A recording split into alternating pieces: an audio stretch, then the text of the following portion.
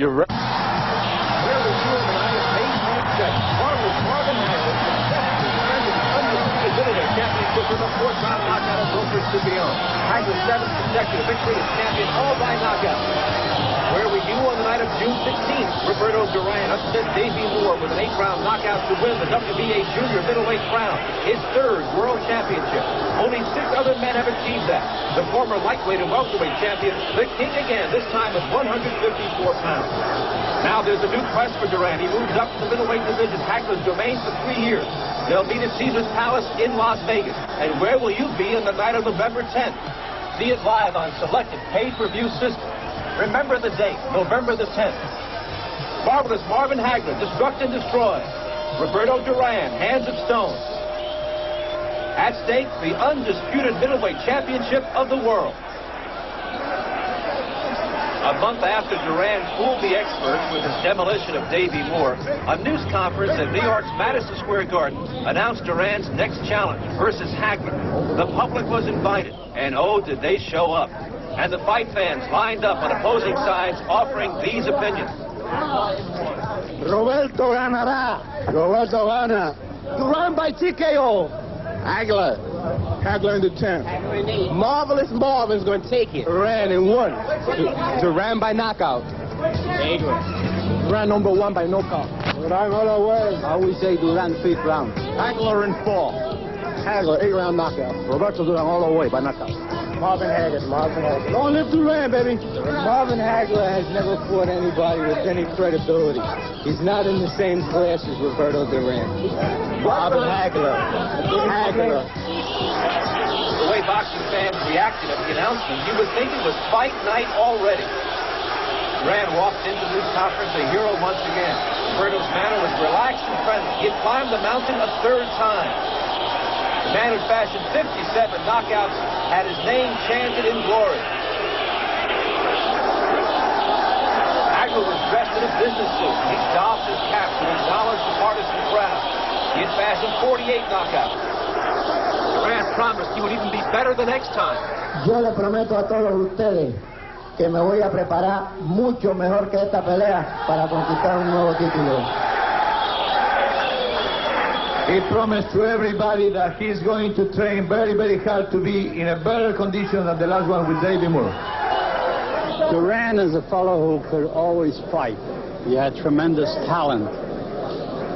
And I always felt that there was no one could beat him. I told him one time, I said, if you fought the heavyweight champion of the world, you could win.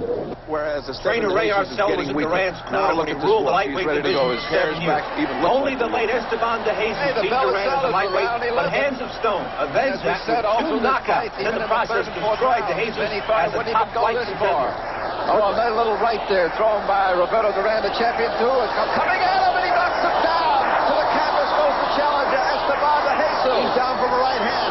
The count is being picked up. He looks like he's not getting up. He's sitting down there very comfortable. He's not getting up. He cannot. It's all over. It's over. They have awarded it to Roberto Duran. He keeps his title.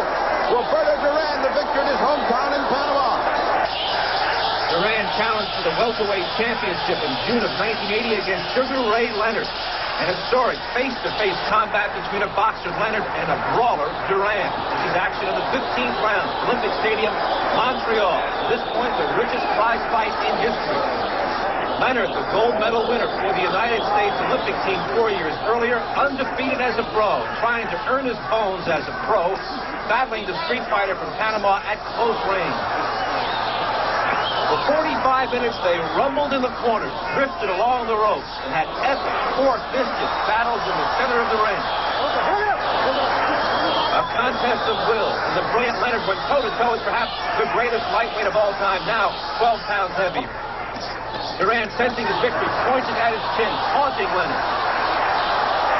Duran was savage and relentless till the final bell.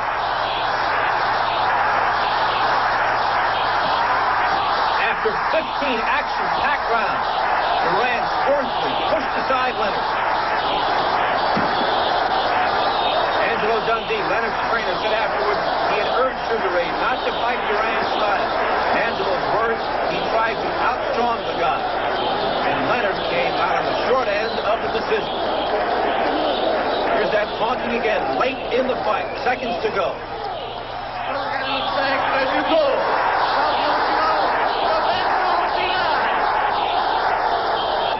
3 years later, Roberto Duran battled Pepino Cuevas, two men who had ruled the 147-pound division, now meeting at 154 pounds. And this is how Duran redeemed himself in the public eye after quitting in the 8th round in his title defense against Leonard.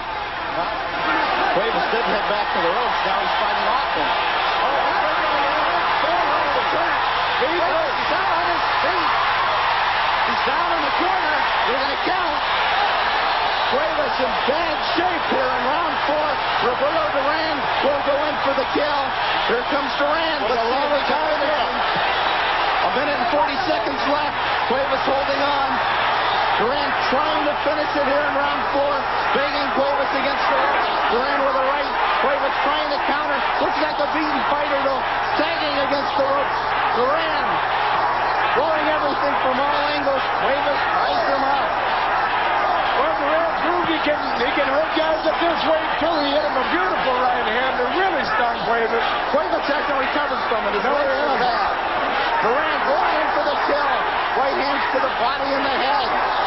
Cuevas gamely battling back, but there doesn't seem to be any power there. It almost looks like the Cuevas to the first fight right hand. Cuevas is out on his feet. Referee Kim separating that. Maybe no, I thought it might be it, but Duran's going after him again. Cuevas against the rope. Down for the second time in the round. Cuevas a beaten fighter. Mouthpiece stuck out. It's doubtful if he's going to beat the count here in round 4. He better get up at this point. Lupe Sanchez says no. Lupe Sanchez called it off just like he did in the Tommy Hearns fight. And Roberto Duran is the winner of round 4. Because of his win over Pepino Cuevas, Roberto Duran can now challenge for the WBA championship, which is held by Davey Moore, the 24-year-old who has won all 12 of his pro fights. This is action in round 7.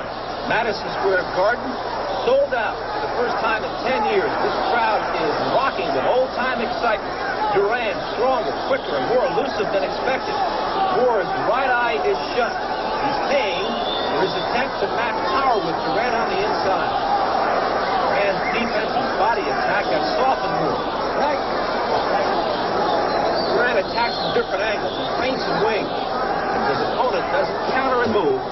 Beyond the take, absorbing punishing blows, and that's Moore's problem. Closed right eye and his straight up and stationary blows are making him a whipping post for hands of stone. Duran with the body attack, left to the belly and then a right to the head. Moore backing up here in round 7. Another right hand by Duran.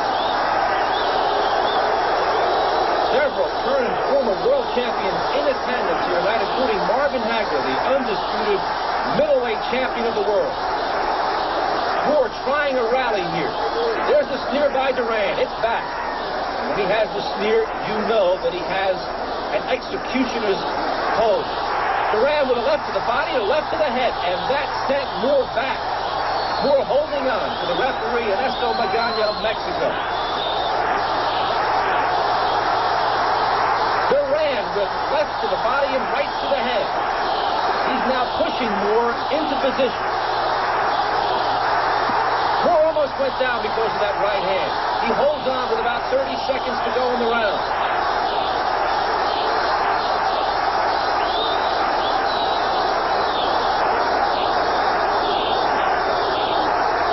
Less than 20 seconds to go in the 7th. Duran with a right hand and down goes the champion. Moore on the seat of his pants. Magaña picks up the count. 6, 7, 8 of that 8. Just seconds to go to the end of the round. Moore trying to survive. There's the bell, marking the end of round 7. Duran heads to the wrong corner. He sits on Moore's stool. About the only thing Duran did wrong in that 7th round. Let's take a look at that right hand that decked the champion. Here it is again in slow motion. Notice the result of the impact. The floor came up quickly for Moore. But the Valiant champion answers the bell for round 8. And Duran looks like the executioner of old. Moore looks defensive. And now, Duran has him set up. After Duran Tomas surrendered to Ray Leonard in New Orleans in 1980, and his subsequent defeats to Wilfred Benitez and Kurt DeLange, he was abandoned by his managers, trainers, his interpreter, and his promoter. He turned to Bob Arum of TopRank, trained vigorously, and now he's within seconds of another world championship. A left-right combination on the head of Moore. He almost went down again.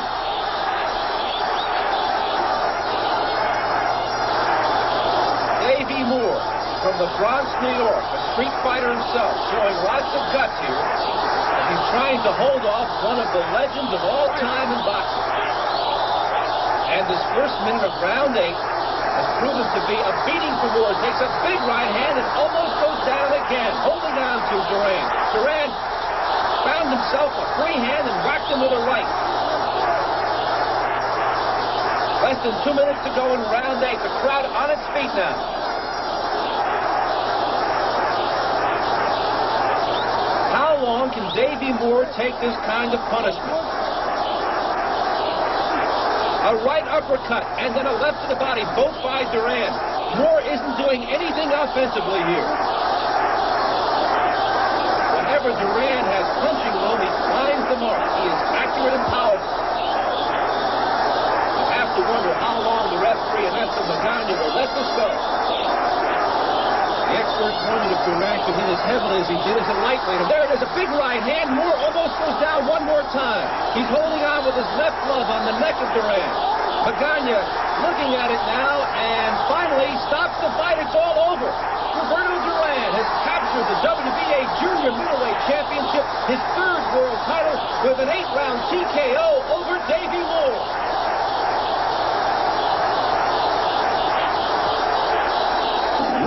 On the night of his 32nd birthday, Duran stands victorious in the middle of Madison Square Garden, a 3-time champion who wants to go for 4.